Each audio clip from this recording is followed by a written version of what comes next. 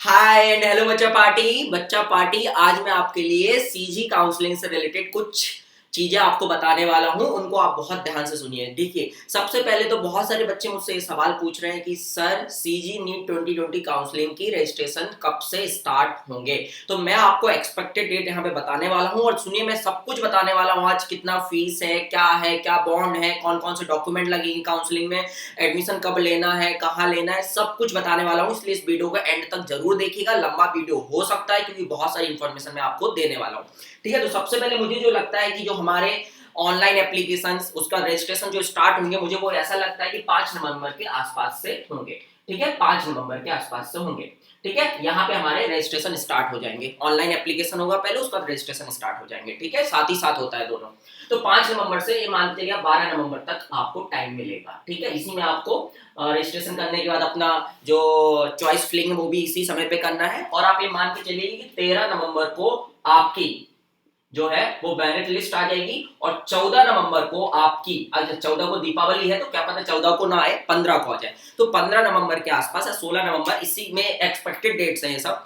15 या 16 नवंबर के आसपास आपकी जो फर्स्ट काउंसलिंग की है वो अलॉटमेंट लिस्ट भी आ जाएगी। अब सबसे पहले आपको करना क्या है, तो जैसे ही आपके डेट आएंगे कि कब से हमारा रजिस्ट्रेशन स्टार्ट हो रहा है या ऑनलाइन एप्लीकेशन आ रहे हैं, तो सबसे पहले आपको क्या करना है, अपना ऑनलाइन एप्लीकेशन के लिए आपको कुछ डिटेल्स भरनी है। अब उसकी फीस क्या है, तो सबसे पहले आप लोग, उसकी जो फीस है वो 1000 रुपए है बच्चा।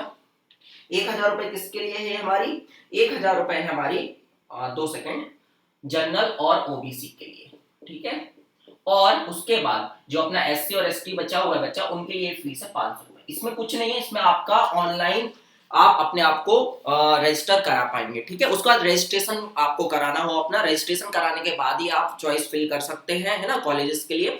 तो आपको इसके बाद रजिस्ट्रेशन कराना होगा। तो जो रजिस्ट्रेशन फीस है वो आप गवर्नमेंट और प्राइवेट के लिए अलग अलग है। तो मैं आपको गवर्नमेंट और प्राइवेट दोनों कॉलेज के लिए बता दे रहा हूँ, है ना।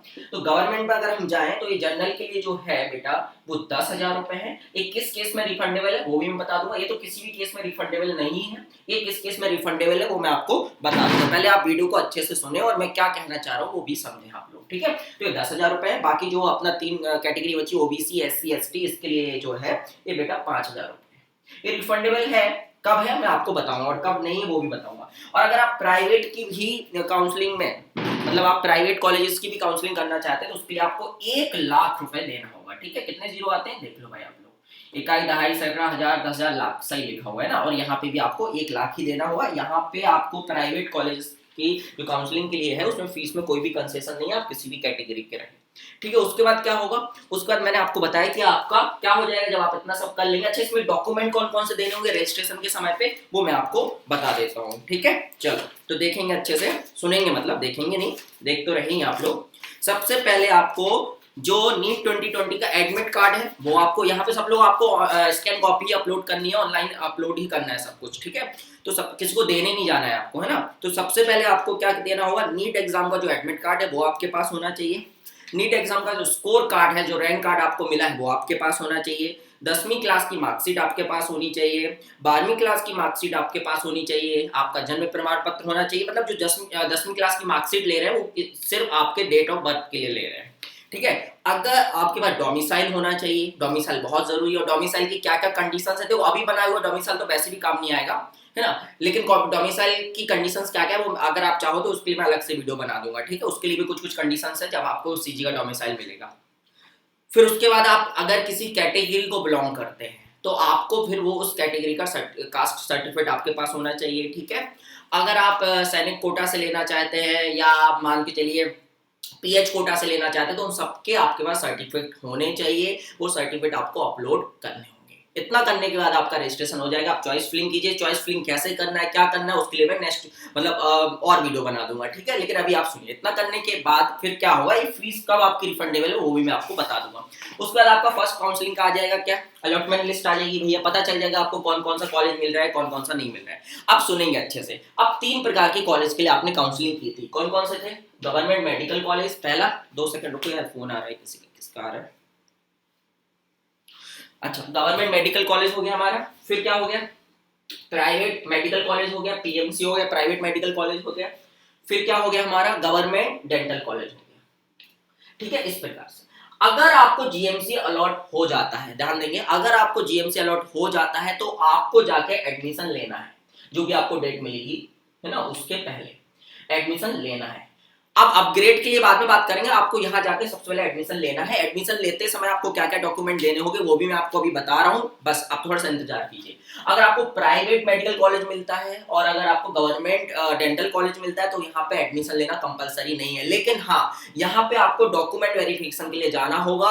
आपको जो डॉक्यूमेंट अभी बता रहा हूँ वो आपको यहाँ पे इनको दिखाने होंगे, बताने होंगे, जब भी आप एलिजिबल होंगे सेकंड काउंसलिंग के लिए और अपग्रेडेशन के लिए, ठीक है। अगर आप यहाँ पे डॉक्यूमेंट नहीं दिखाते हैं और आप यहाँ पे आगे, तो आप सेकंड काउंसलिंग के लिए एलिजिबल नहीं होंगे, लेकिन यहाँ एडमिशन लेना कंपलसरी है। अब जब आप एडमिशन लेंगे तो आपको क्या क्या डॉक्यूमेंट वहां लेके जाना है वो सुन लेंगे आप लोग। सबसे पहले तो आपको अलॉटमेंट लेटर लेके जाना है, जो कि आपको सीजीडीएमए की वेबसाइट पे मिल जाएगा अगर आपको अलॉट हुआ होगा कोई कॉलेज तो। फिर उसके बाद आपको एक शासकीय सेवा बंद पत्र बॉन्ड लेके जाना है, ये सिर्फ एमबीबीएस पाठ्यक्रम के लिए। अब ये क्या होता है मैं आपको भी बताऊंगा। फिर होता है पाठ्यक्रम छोड़ने का बंद पत्र, ये भी लेके जाना पड़ेगा। आपको बीडीएस के लिए भी लेके जाना पड़ेगा, अगर आपको बीडीएस मिला है तो भी आपको लेके जाना पड़ेगा एमबीबीएस में। मैं तो बोलता हूँ यहाँ भी एडमिशन ले लीजिए, कोई दिक्कत नहीं है, ठीक है। अगर आपके पास पैसे हैं तो आप यहाँ भी एडमिशन ले लीजिए, लेकिन यहाँ कंपलसरी नहीं है, मैं बस इतना बोलना चाह रहा हूँ। ये मैं आपको सब कुछ बता रहा हूँ 2019 के रूल्स के अकॉर्डिंग। क्या पता 2020 में कुछ रूल्स हमारे चेंज हो सकते हैं, तो 2020 का जब हमारे पास नोटिस आएगा तो मैं आपको बता दूंगा कि कोई रूल चेंज हुआ है कि सेम टू सेम ऐसे ही है,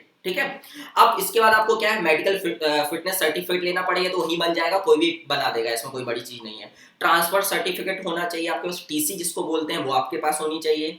आपका कैरेक्टर सर्टिफिकेट होना चाहिए, है ना, वही आपको स्कूल से मिलेगा कि आपका कैरेक्टर कैसा था, है ना। तो आपने अगर पंगे वंगे नहीं लिए अपने प्रिंसिपल से, अपने स्कूल में सब कुछ अच्छा रहा है तो इसमें कोई दिक्कत नहीं होने वाली है। उसके बाद आपको माइग्रेशन सर्टिफिकेट चाहिए, अगर आप कहीं और से आए हुए उसके लिए। अगर आपने गैप लिया है, मान चलो आपने 2017 में 12वीं पास की, उसके बाद आपने ड्रॉप लिए हुए हैं और 2020 में आप जा रहे हैं, तो आपको गैप सर्टिफिकेट भी यहाँ देना होगा। और गैप सर्टिफिकेट भी बहुत आसानी से बन जाता है, आप कहीं भी मतलब किसी भी हाई कोर्ट या जो भी आपके यहाँ है वहाँ पे आप जाएंगे तो कोई भी वकील आपको बना के दे देगा, कोई बड़ी चीज नहीं है वो सब।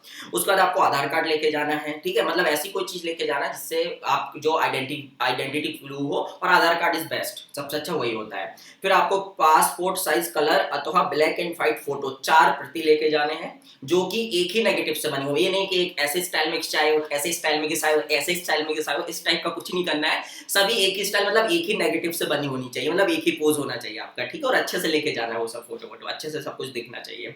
फिर उसके बाद शुल्क, जो आपको पैसे देने होंगे वहां पे, तो अगर आप यहाँ पे एडमिशन लेते हैं तो आपको 40,000 प्लस 10,000 का डीडी बना के देना होगा, 50,000। या आपको मैं फिर से बोल रहा हूँ 2019 के अकॉर्डिंग मैं आपको बता रहा हूँ। अगर आप प्राइवेट में लेते हैं तो अगर हम बात करें 7,23,156 रुपए का आपको डिमांड ड्राफ्ट देना होगा यहाँ पे, है ना। अगर आप रिम्स में लेते हो और अगर आप संक्रा में लेते हैं तो उसकी फीस थोड़ी सी ज्यादा है, 7,73,156। और अगर आप हॉस्टल की प्रति वर्ष की बात कर रहे हैं, इसमें 4.5 साल होते हैं, आप जानते हैं, तो आप कैलकुलेट कर सकते हैं कि आपकी एमबीबीएस कितने रुपए में होने वाली है अगर आप प्राइवेट से करने वाले हैं तो, ठीक है। अगर आपके पास पैसा है तो कोई दिक्कत नहीं, आप ले सकते हैं। उसके बाद मैं आपको क्या बता रहा था कि भैया बीडीएस में जो आपको देना होगा वो भी बता देता हूँ, 20,500 रुपए है। और फिर छोटी मोटी अमाउंट है 2,100 रुपए। अगर आपने सीजी से पास किया है 12 तो आपको 2,100 रुपए का एक अलग से चेक देना हो, 2,400 रुपए का देना है अगर आपने सीजी से पास आउट नहीं किया है 12 तो, ठीक है। फिर मैं ये बता रहा था कि अगर आपको प्राइवेट में हॉस्टल और मैथ सुविधा भी लेनी है तो फिर इसके लिए आपको 2 लाख रुपए और देने होंगे, ठीक है। तो ये सब क्लियर हो गया। मैंने क्या बोला आपको, यहाँ लेना कंपलसरी है, यहाँ लेना कंपलसरी नहीं है, लेकिन यहाँ पे आपको जाके डॉक्यूमेंट वेरीफाई कराने होंगे, जब भी आप एलिजिबल होंगे सेकंड काउंसलिंग के लिए। इस चीज को अच्छे से सुन लें। अच्छा, अब आप ये मान लीजिए कि अगर आपको सीजी में नहीं लेना है तो आप यहाँ पे हट सकते हैं पीछे, क्योंकि अगर आपको सेकंड काउंसलिंग में अलॉटमेंट हो गया और आपने एडमिशन ले लिया, उसके बाद फिर आप सीट को नहीं छोड़ सकते, इस चीज का ध्यान रखिए। तो अगर आप चाहते हैं कि मुझे सीजी में नहीं पढ़ना है, पढ़ना ही नहीं है, तो फिर आपको फर्स्ट काउंसलिंग कुछ करने की जरूरत नहीं, ऑटोमेटिकली आप इनएलिजिबल हो जाएंगे सेकंड काउंसलिंग के लिए, ठीक है। तो अब सेकंड काउंसलिंग में आते हैं, तो सेकंड काउंसलिंग में 2 चीजें होंगी, या तो कॉलेज अपग्रेड होगा जिनको मिल चुका है ऑलरेडी,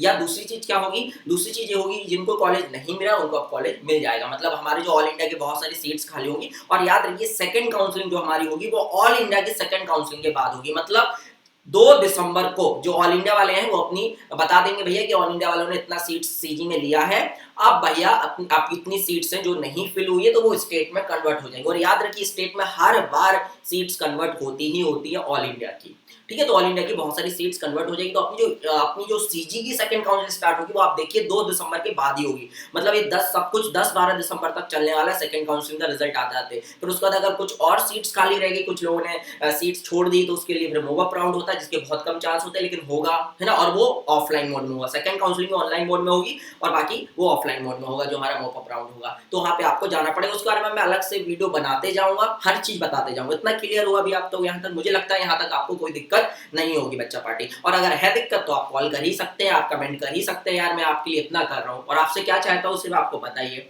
मेरे चैनल को सब्सक्राइब करो यार। 5K मतलब 5K का यार मुझे गिफ्ट दो दीपावली पे, यार इतना तो आप लोग कर सकते हो। देखिए आपको एक चीज बताऊं, मैंने ये सब करने के लिए ये देख रहे हो आप, यहाँ पे 40 पन्नों का पूरा नोटिस है जो कि मैंने पढ़ा है।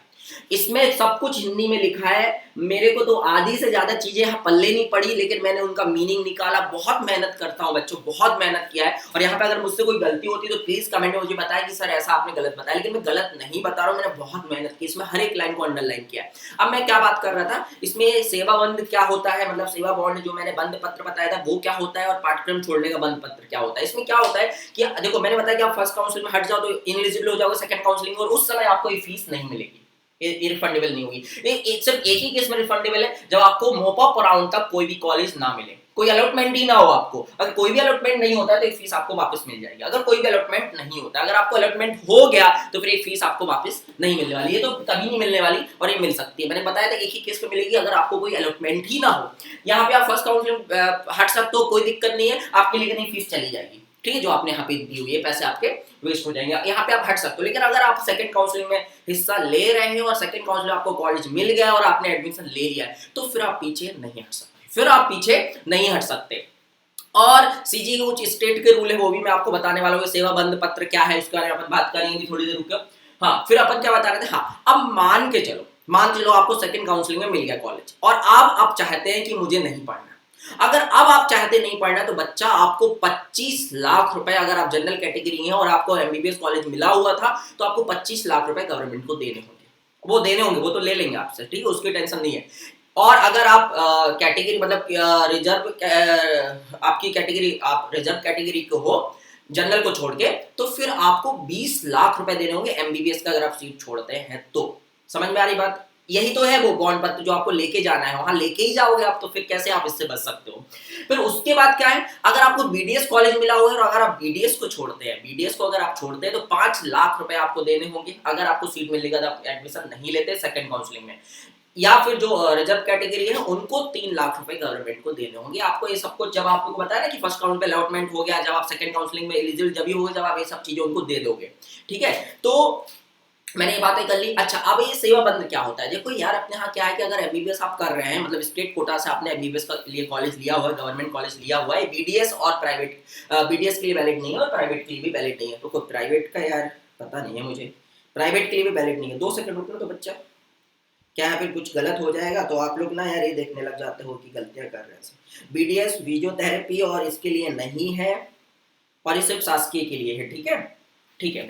तो प्राइवेट के लिए भी नहीं है। तो उसमें क्या है कि अगर आपने एमबीबीएस यहाँ से की हुई है तो आपके 4.5 साल के बाद जब आपका कोर्स कंप्लीट हो जाएगा तो गवर्नमेंट आपको, जो सीजी गवर्नमेंट है वो आपको ग्रामीण क्षेत्र में भेजेगी। 2 साल आपको उनको सर्विस देना होगा, या तो किसी हेल्थ डिपार्टमेंट में आपको भेज देगी, या तो फिर आपके कॉलेज में ही आपको कुछ बना देगी, रजिस्ट्रार बना देगी, या कुछ ना कुछ आपको बना देगी, या तो पार्ट टाइम फैकल्टी भी कुछ भी बना सकती है। मतलब आपको गवर्नमेंट जो आपसे कहेगी आपको वो करने होंगे एमबीबीएस करने के बाद 2 साल तक। अगर आप वो नहीं करना चाहते तो फिर वही है 25 लाख रुपए आपको उनको देने होंगे। आपको वो 25 लाख रुपए जब आप उनको देंगे तो आपको एनओसी दे देंगे कॉलेज से। लेकिन अगर आप ये 2 साल नहीं करते हैं और 25 लाख भी नहीं देते हैं तो आपको एमबीबीएस की डिग्री नहीं मिलेगी। अब ये मान के चलिए आप, मतलब आपको कोई बोलेगा नहीं कि आपने एमबीबीएस कर लिया है, ठीक है। तो ये चीज आपको करनी पड़ेगी। तो मैंने बताया 25 लाख और 20 लाख का ये कहलाता है हमारा सेवाबंद पत्र, जो मैं बार बार बात कर रहा था बच्चा। तो मुझे लगता है बेटा मैंने जो बातें आपको बताई अभी तक क्लियर होगी। अच्छा आप लोग फीस के बारे में पूछ रहे हैं प्राइवेट की क्या होगी, तो मैंने लास्ट ईयर की भी आपको बताई 7,73,156 ये संक्रा की थी, 7 लाख 23,156 ये रेंज की थी। इसमें हॉस्टल और मेस फीस 2 लाख रुपए अलग से है। और अभी देखो ये है कि देखो अभी लोग बोल रहे थे कि गवर्नमेंट का एक रूल आया है कि कोई भी प्राइवेट 8 लाख से ऊपर फीस नहीं कर सकता, तो हमारी फीस तो वैसे ही 8 लाख मतलब 8 लाख से कम है। अगर हमारी फीस वैसे ही प्राइवेट की कम है तो फिर उसमें क्या ही कम करेंगे वो लोग, ठीक है। तो अभी बड़े ही 8 लाख तक वो लेके जाएंगे और वो उल्टे सीधे चार्ज ले लेंगे। ट्यूशन फीस के बारे में बात है, उल्टे सीधे चार्ज ले लेके ना वो लोग ले लेते हैं आपसे पैसा अच्छा खासा। आप ये मान के चलिए कि आपको 10 लाख रुपए साल चाहिए होता है अगर हॉस्टल और मेस फैसिलिटी भी आप लेते हैं। तो आपको 45 लाख के आसपास की पूरी एमबीबीएस पड़ेगी अगर आप प्राइवेट में जाना चाहते हैं, कोई दिक्कत नहीं है, ठीक है। क्लियर है यहाँ तक। अपग्रेड अपने मन से होगा, आपको यहाँ पे जाकर एडमिशन ले लेना है, जो भी आपको मिला आपको एडमिशन ले लेना है। आप द्वितीय सेकंड काउंसलिंग एलिजिबल हो जाएंगे, आपको फिर से चॉइस फिलिंग करनी है, फिर से वो सब कराया जाएगा, आप एलिजिबल हो जाएंगे, ठीक है। आपको एक ऑप्शन आएगा कि क्या आप सेकंड काउंसलिंग करना चाहते हैं, तो आपको यस करना है वहाँ पे, लेकिन वो यस जब होगा जब यहाँ पे आप जाके डॉक्यूमेंट वेरीफाई करा लेंगे और यहाँ पे एडमिशन ले लेंगे, ठीक है। तो मुझे लगता है ये आपको क्लियर हो गया होगा। मैंने आपको एक एक्सपेक्टेड डेट्स भी बता दी है कहाँ क्या होने वाला है, और देखना आप 2-4 दिन ही ऊपर नीचे होने वाला है, इससे ज्यादा कुछ नहीं होने वाला है।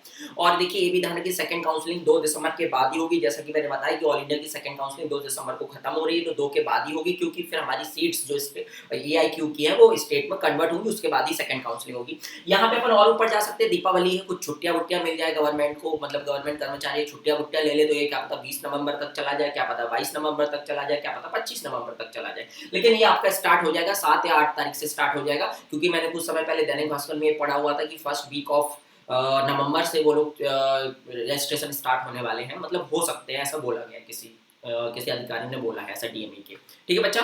तो ये आपको क्लियर होगा। चलो बाय बाय, अपना ख्याल रखो।